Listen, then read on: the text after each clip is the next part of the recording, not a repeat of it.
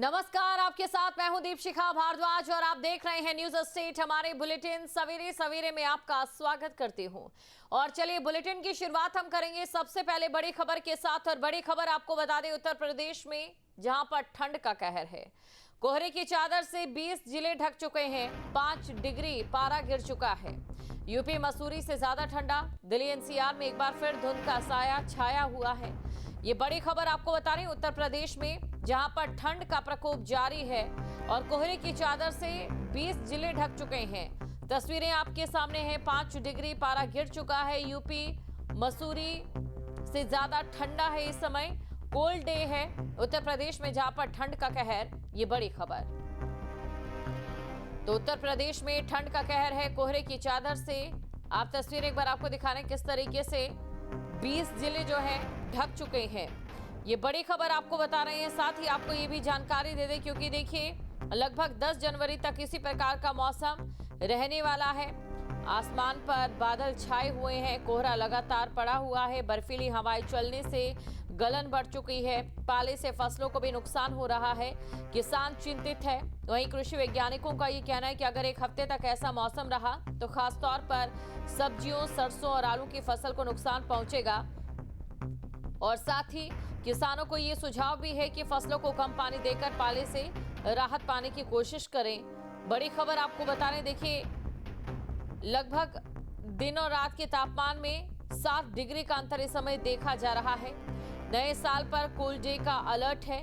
और दिल्ली एनसीआर की अगर हम बात करें तो यहाँ पर तो AQI भी लगातार खतरनाक श्रेणी में बना हुआ है। लखनऊ का अधिकतम तापमान अगर कल की बात करें 19 डिग्री और न्यूनतम 10 डिग्री के आसपास रहा। और आज की बात करें तो आज भी न्यूनतम तापमान लगभग 10 डिग्री के आसपास ही रहेगा, जिससे ये साफ है कि लखनऊ में नया वर्ष कोल्ड डे बनेगा। और अगर बात मंगलवार की करें यानी कि कल की करें तो तापमान 17.1 डिग्री दर्ज किया गया। ये सामान्य तापमान से 4 डिग्री कम रहा। न्यूनतम तापमान 10.1 डिग्री रहा, सामान्य से 2.7 डिग्री अधिक रहा है। तो ये बड़ी खबर आपको बता रहे हैं। तस्वीरें आपके सामने, तस्वीरों में आप देख सकते हैं कि इस प्रकार यहाँ पर घना कोहरा छाया हुआ है और घने कोहरे की वजह से वाहन चालकों को खासी दिक्कतों का सामना करना पड़ रहा है। और खबर पर अधिक जानकारी के साथ लखनऊ से आलोक हमारे साथ जुड़ चुके हैं और दिलीप हमारे साथ जुड़ चुके हैं अमेठी से। सबसे पहले आलोक आपके पास आना चाहूंगी और आपसे जानना चाहूंगी इस समय कोहरे को लेकर क्या स्थिति है। कल जो लखनऊ में तापमान रहा और आज जो न्यूनतम तापमान 10 डिग्री का रहने वाला है, इससे ये साफ है कि 31 और 1 जनवरी कोल्ड डे के रूप में ही मनेगी।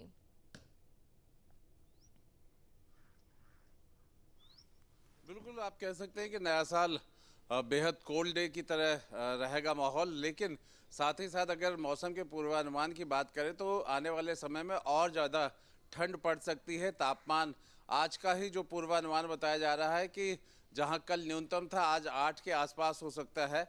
अधिकतम तापमान भी इसी के आसपास ही रहेगा, लगभग 18 के आसपास तापमान दिन का बताया जा रहा है। तो आप अंदाज़ा लगा लीजिए कि न्यूनतम 9 है और अधिकतम 18। तो रात होते ही बेहद ठंड पड़ने लग जा रही है। रात, सुबह और शाम ठंड की शुरुआत हो जाती है।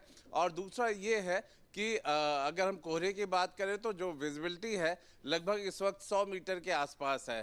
तो इस 100 मीटर में सबसे महत्वपूर्ण यही होता है कि लगातार कोहरे को लेकर के जो पूर्वानुमान मौसम का होता है या जो प्रयास होते हैं कि सड़कों पे बहुत सावधानी से गाड़ी को चलाना है, रफ्तार नहीं पकड़नी है। सड़क दुर्घटना को हर हाल में बचाने की कोशिश सरकार भी अपने नियमों के माध्यम से कर रही है और हर किसी को यही कोशिश करनी चाहिए कि जब ठंड और कोहरा बढ़ रहा हो तो सड़कों पे बेहद ध्यान से गाड़ी को चलाएं। अगर हम बुंदेलखंड की बात करते हैं तो लगभग यही तापमान हम बुंदेलखंड की तरफ देखेंगे और इलाहाबाद या आगे बनारस तो लगभग 8 से 11 के बीच में उत्तर प्रदेश में तापमान कहीं कम कहीं ज़्यादा के आसपास रहने की गुंजाइश बताई गई है।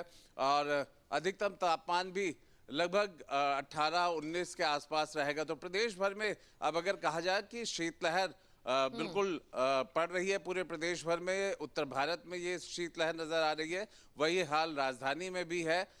ठंड है, हवा चल रही है और ये माहौल आने वाले कुछ दिनों तक, एक हफ्ते से ज्यादा तक शीतलहर बनी रहेगी, ये मौसम विभाग और वैज्ञानिकों का कहना है। जी बिल्कुल, मौसम विभाग और वैज्ञानिकों का ये भी कहना है कि इस पाले से किसानों को काफी दिक्कतों का सामना करना पड़ेगा।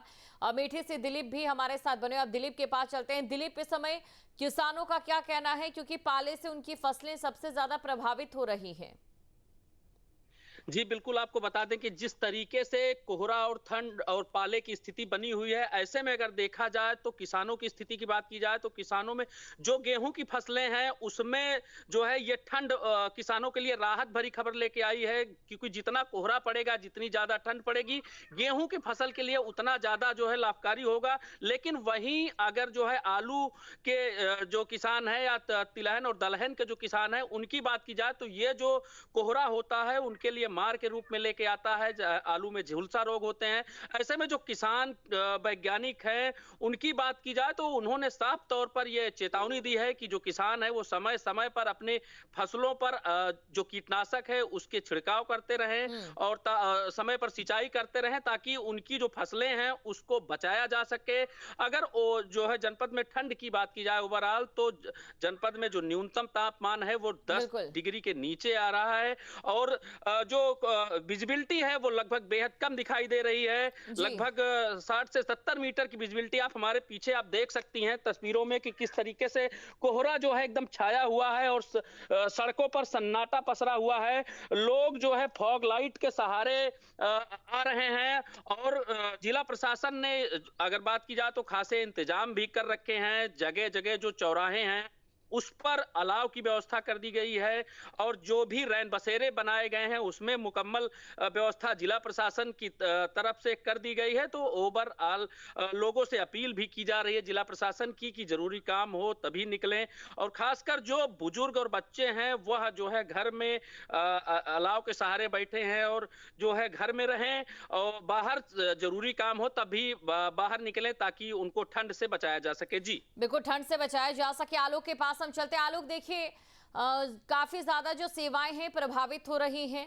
विमान सेवाओं की खासतौर से बात करें तो इनका जो औसत टेक ऑफ देरी की टाइमिंग रही है वो लगभग 28 मिनट रही है। आज क्या कुछ स्थिति है? कितने विमान और कितनी उड़ानें इस समय रद्द हो रही हैं, या फिर सड़कों पर क्या स्थिति वाहन चालकों के लिए? बिल्कुल, देखिए पहले ही बात हो रही थी कि कोहरे की जो सबसे बड़ी मार है वो रफ्तार पे आती है, चाहे वो सड़क पर चलने की बात हो या ट्रेन की या फिर हवाई जहाज की। पिछले कुछ दिनों से जिस तरह से कोहरा बढ़ रहा है शहरों में, खासतौर पे अगर महानगरों की बात की जाए तो शहर के अंदर थोड़ा कोहरा कम दिखता है, विजिबिलिटी ठीक रहती है, लेकिन जैसे आप सड़कों पे जाएं या फिर आप हाईवे पे रहे तो कोहरा बहुत घना है।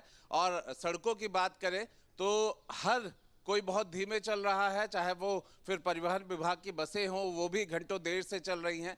दूसरी बात अगर हम करते हैं ट्रेनों की तो दर्जन भर से ज़्यादा ट्रेनें देर से चल रही हैं। लगातार लंबी दूरी की जो ट्रेनें हैं वो देर से आ रही हैं और उसकी वजह से यात्रियों को मुश्किल हो रही है, क्योंकि 6-6 घंटे से ज़्यादा कहीं ना कहीं देरी है बहुत सारे ट्रेनों में जिनको आना जाना है। नए साल पे कई लोग घूमने के लिए भी जाना चाह रहे हैं या फिर जो मंदिर हैं ऐसे शहरों में प्रयागराज, अयोध्या, मथुरा, इन सब जगहों के जाने की कोशिशों में भी उन्हें देरी देखनी पड़ रही है। और अगर हम हवाई जहाज़ की बात करते हैं तो दर्जन भर जो हवाई जहाज़ है, अगर हम लखनऊ राजधानी के एयरपोर्ट की बात करते हैं तो देर से उड़े हैं। ऐसे में घंटों लेट हो जा रहा है।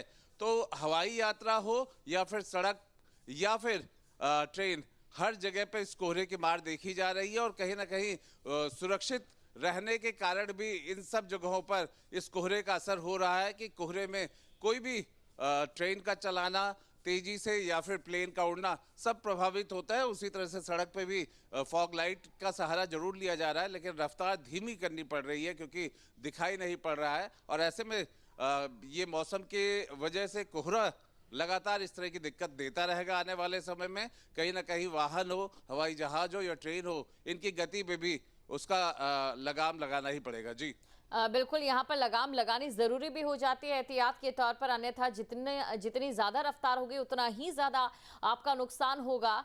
और अमेठी चलते हैं, दीपक क्योंकि हमारे साथ बने हुए हैं, ये माफ़ कीजिएगा दिलीप हमारे साथ बने। दिलीप, आपसे ये भी हम समझना चाहेंगे यहाँ पर प्रशासन की ओर से क्या व्यवस्थाएं की गई हैं अलाव को लेकर, रैन बसेरों को लेकर?